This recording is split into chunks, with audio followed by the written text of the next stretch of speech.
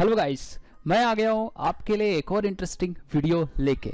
Friends, बहुत सारे लोग पूछते हैं कि सर एंगुलर सीखें या रिएक्ट सीखें, और मैक्सिमम क्वेश्चंस मुझे एंगुलर और रिएक्ट के बारे में मिलते हैं। फिर वो चाहे इंस्टाग्राम हो, आप कमेंट्स किसी भी वीडियो का जाके चेक कर लीजिए, बहुत सारे क्वेश्चन पूछेंगे। और मोस्टली वो लोग होते हैं क्वेश्चन पूछने वाले जो अभी सीखना चाहते हैं। दैट मीन्स वो अभी एंगुलर या रिएक्ट के फील्ड में जाने वाले हैं।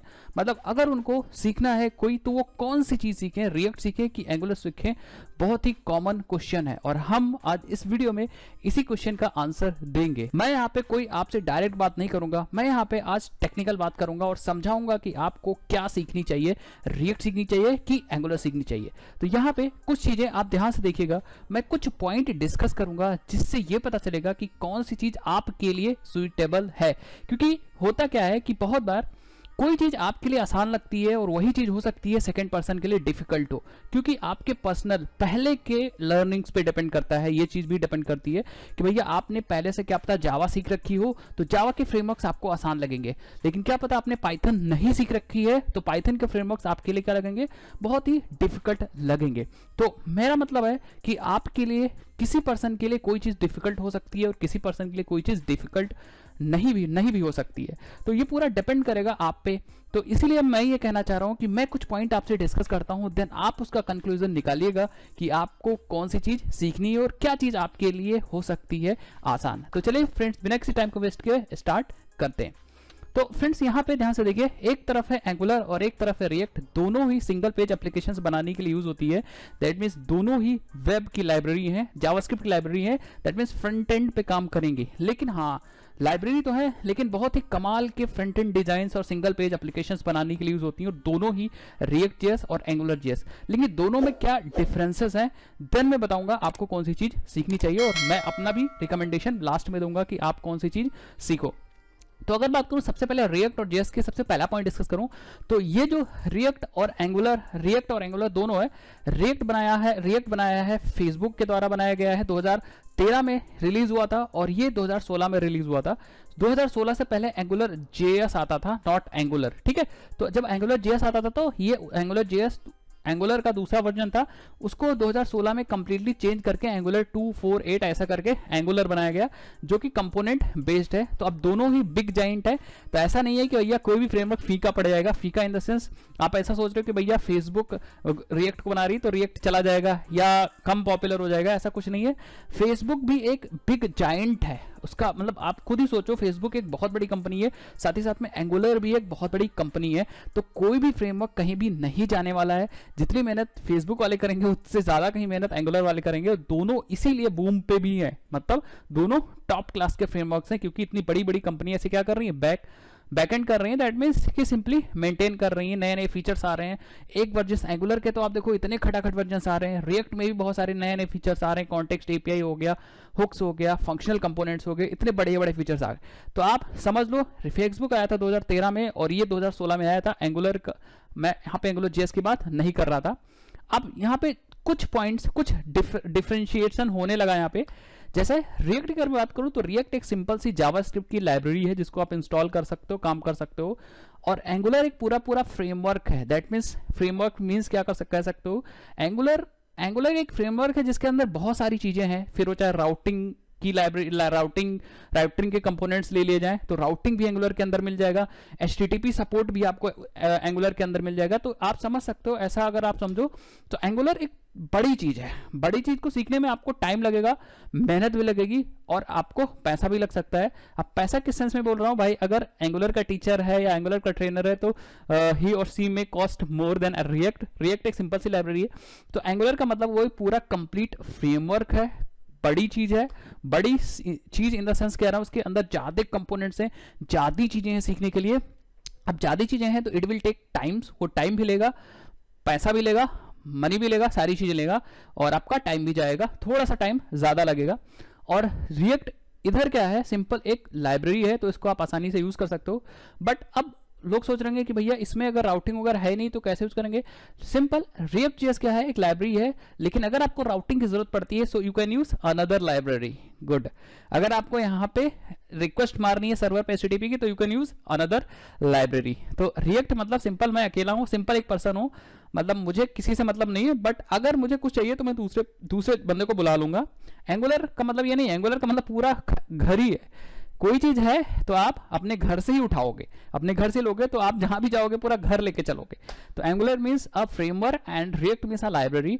तो अब इसका मतलब है सिंपल, React.js को आप आसानी से बहुत कम समय में सीख सकते हो, और ऐसा भी हो सकता है कि ये थोड़ा सा कम आपका पैसा भी ले। अब पैसा कम ले तो भाई, और आउटपुट प्रोडक्टिविटी मोस्टली लगभग दोनों के बराबर है, तो आप React भी सीख सकते हो, एंगुलर भी सीख सकते हो, बट यहाँ पे मैं आपको डिफरेंशिएशन कर रहा हूँ। नेक्स्ट, अब यहाँ पे जो सबसे इंपॉर्टेंट बात आती है डेवलपर्स के लिए या जो सीखने जा रहा है, जावास्क्रिप्ट। जो React.js है वो जावास्क्रिप्ट पे टोटली बेस्ड है।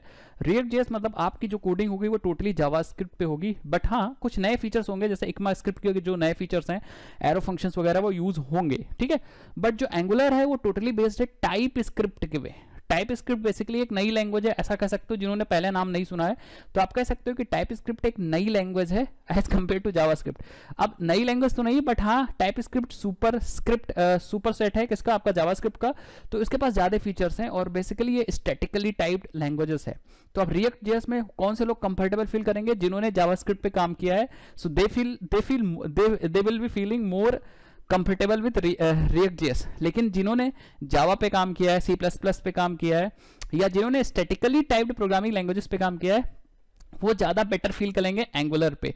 तो आप, मैं बताया ना, आपके पास्ट एक्सपीरियंस से भी डिपेंड करेगा कि आप React सीखो कि एंगुलर सीखो। तो अगर मैं जावा डेवलपर हूँ तो मुझे पता है इंटीजर, डबल, फ्लोट, स्ट्रिंग या नॉन प्रिमिटिव डेटा टाइप्स जैसे स्ट्रिंग, या हमें खुद से कोई डेटा टाइप बनाना है तो वो भी मुझे पता है।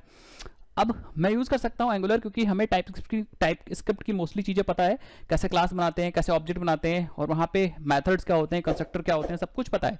लेकिन जो एक बंदा जावास्क्रिप्ट की तरफ से आया होगा, जिसको कुछ नहीं पता जावा के बारे में या C++ के बारे में या स्टैटिकली टाइप्ड प्रोग्रामिंग लैंग्वेजेस के बारे में कुछ भी नहीं पता है, तो मैं ऐसा नहीं कह रहा हूं कि वो सीख नहीं पाएगा angular, but he or she may feel more difficult to learn as compare to one who knows all statically type programming languages concept, ठीक है। तो जो बंदा जावास्क्रिप्ट बैकग्राउंड से है वो ज़्यादा कंफर्टेबल फील करेगा React में, और उसको React की तरफ ही जाना चाहिए।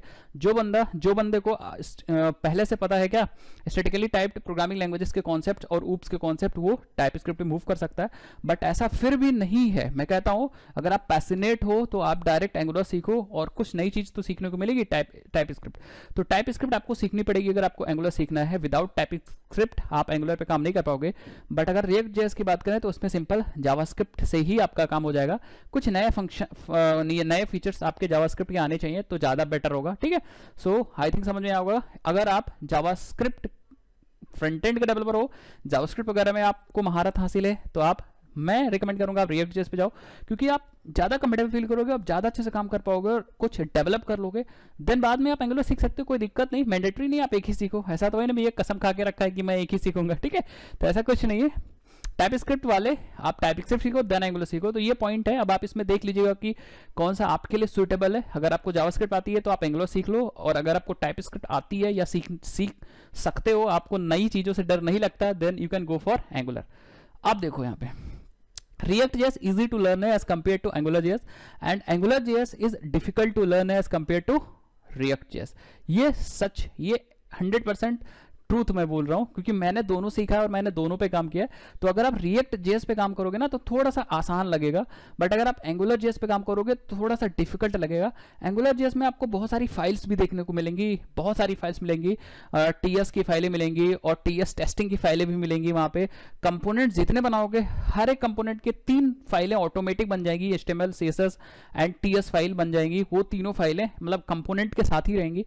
तो मुझे पर्सनली एंगुलर थोड़ा सा डिफिकल्ट लगा एज कंपेयर टू React बहुत आसान है, सिंपल, आप स्टार्ट कर दो। अगर आपको HTTP की लाइब्रेरी चाहिए तो आप HTTP की लाइब्रेरी यूज कर लो, अगर आपको CSS बनाना है तो CSS बनाओ, अदरवाइज एक ही से काम कर सको। मतलब जो काम React से कर सकते हो एंगुलर से भी कर सकते हो, बट हाँ एज कंपेयर टू रिएक्ट, मैं कंपेरिजन कर रहा हूं रिएक्ट से, उस केस में बता रहा हूं कि Angular little bit difficult to learn. तो इसका जो पाथ है, लर्निंग पाथ है एंगुलर का, वो थोड़ा सा स्टीप है कह सकते हैं, और जो इसका पाथ है रिएक्ट जेएस का वो आसान है, मतलब आसानी से आप लर्न कर सकते हो, ठीक है। और एंगुलर का थोड़ा सा डिफिकल्ट है समझने के लिए, आपको ऑब्जर्वेबल के बहुत सारे कॉन्सेप्ट समझ में आने चाहिए, बहुत सारी चीजें समझ में आनी चाहिए, then you will become a master, ठीक है। सो आई थिंक समझ गए।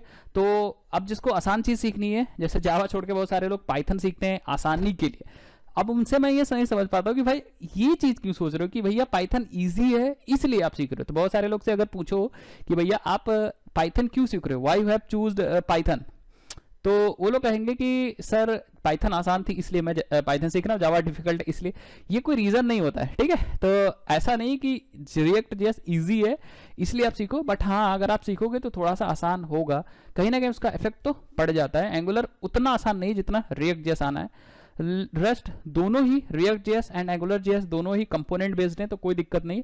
इसमें भी कंपोनेंट बना के आप रीयूज कर सकते हो, उसमें भी कंपोनेंट बना के आप रीयूज कर सकते हो। एंगुलर आपका two way data binding follow करता है, ये सिंगल वे डेटा बाइंडिंग मतलब unidirectional data binding follow करता है, उससे कोई फर्क नहीं पड़ता, वो चीज आप सीख जाओगे। नेक्स्ट रिएक्ट जेएस है वर्चुअल डॉम बेस्ड है, वो रियल डॉम बेस्ड है। तो अगर वर्चुअल डॉम बेस्ड है तो वो लिटिल बिट फास्टर, थोड़ा सा फास्ट होगा एज कंपेयर टू एंगुलर, ठीक है। एंगुलर रियल डॉम पे सारा काम करेगा तो थोड़ा सा स्लो होगा, और जो रिएक्ट है वो थोड़ा सा फास्ट होगा। वर्चुअल डॉम मतलब वो एक अपना ही डॉम बना के रखता है जिसको हम लोग वर्चुअल डॉम कहते हैं। वर्चुअल डॉम पे चेंजेस होंगे, देन वो रिफ्लेक्ट करते हैं आपके रियल डॉम पे, उस पर डायरेक्ट रियल डॉम पे ही काम होगा। नेक्स्ट, अब एक और इंपॉर्टेंट पॉइंट है कि रिएक्ट जेएस JSX पे काम करता है, और एंगुलर में नॉर्मल हम लोग HTML एंड टाइपस्क्रिप्ट मतलब HTML के अंदर ही हम लोग जब यूज करना चाहें तो हम लोग जावास्क्रिप्ट यूज कर सकते हैं, लूप वगैरह लगा सकते हैं, डायरेक्टिव्स वगैरह अलग से दी गई हैं। बट रिएक्ट जेएस की ये थोड़ी सी मुझे दिक्कत लगती है, मतलब पर्सनली मैं फील करता हूँ कि थोड़ी सी दिक्कत है।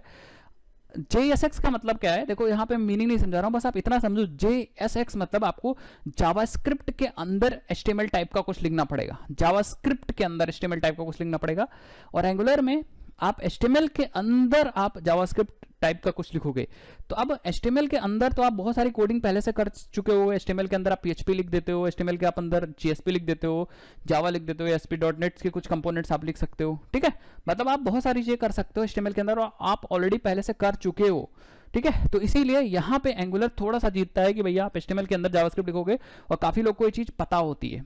बट यहाँ पे अगर हम रिएक्ट जेएस की बात करें तो ये चीज नहीं आ जाती है जो बिगिनर होता है कि आप JSX यूज करो, दैट मीन्स आप जावास्क्रिप्ट के अंदर HTML लिखो, तो वो थोड़ा सा दिक्कत होती है। बट फिलहाल आप समझ जाते हो कि भैया कंपोनेंट्स बनाना है तो आपको JSX रिटर्न करना है, जावास्क्रिप्ट के अंदर से आपको HTML रिटर्न करना है, तो आप धीरे धीरे काम करते हो जब सीख जाते हो। बट जब मैंने शुरू किया था सीखना तो मुझे थोड़ा सा ऑकवर्ड फील हुआ था कि भैया आप जावास्क्रिप्ट के अंदर HTML कैसे लिखोगे।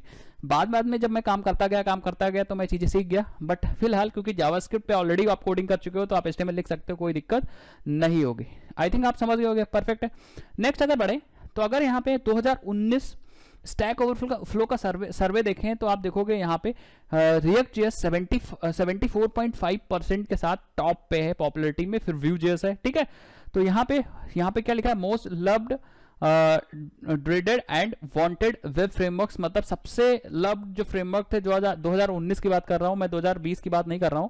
तो ये मैंने पिछले साल का जो इमेज है वो मैंने निकाली है यहाँ पे, ठीक है। तो यहाँ पे जो सबसे टॉप पे है वो रिएक्ट जेएस है। अब फ्यूचर का तो कोई प्रेडिक्ट नहीं कर सकता, बट हाँ रिएक्ट जेएस है, व्यू जेएस है, देन एक्सप्रेस जेएस है, स्प्रिंग है, देन आप जाके नीचे एंगुलर मिलेगा। अभी मैं फिर से बता रहा हूँ कि ये 2019 का डेटा है, ठीक है। 19 के डेटा पे भी आप क्या कर सकते हो, देख सकते हो कि भैया रिएक्ट जेएस टॉप पे है, तो ऑब्वियस ही बात है इसकी पॉपुलैरिटी थोड़ा सा ज्यादा है। और अगर गूगल ट्रेंड की बात करें, ये फोटो मैंने आज ही गूगल ट्रेंड पे जाके चेक करके निकाला आज ही से, तो आप देखोगे यहाँ पे रिएक्ट जेएस और ऊपर से स्टार्ट हुआ है और बीच में ग्राफ इसका डाउन आया था, देन फिर से ऊपर हुआ, देन फिर से ऊपर हुआ, एंड देन फिर से ऊपर हुआ, ठीक है। दैट मींस रिएक्ट जेएस का आप ग्राफ यहां से देख सकते हो और आप एंगुलर जेएस का भी ग्राफ देख सकते हो। हालांकि एट लास्ट हल्का सा ये नीचे आ रहा है और ये हल्का सा ऊपर साइड जा रहा है। सो आप इसको देख के आप कंक्लूजन निकाल सकते हो कि आपको क्या चीज सीखनी है। रिएक्ट जेएस टॉप पॉपुलैरिटी में, थोड़ा सा रिएक्ट जेएस ज्यादा पॉपुलर है, मैं फिर से कहता हूं। अब बात करता हूं मेरी क्या कंक्लूजन है। सो मैंने सबसे पहले एक्चुअली सीखा था एंगुलर, देन मैंने रिएक्ट सीखा। तो एंगुलर पे एक्चुअली मुझे प्रोजेक्ट पे काम करना था, तो मैंने एंगुलर सीखा था, प्रोजेक्ट पे काम किया, देन मैंने रिएक्ट सीखा, दूसरे प्रोजेक्ट पे काम किया।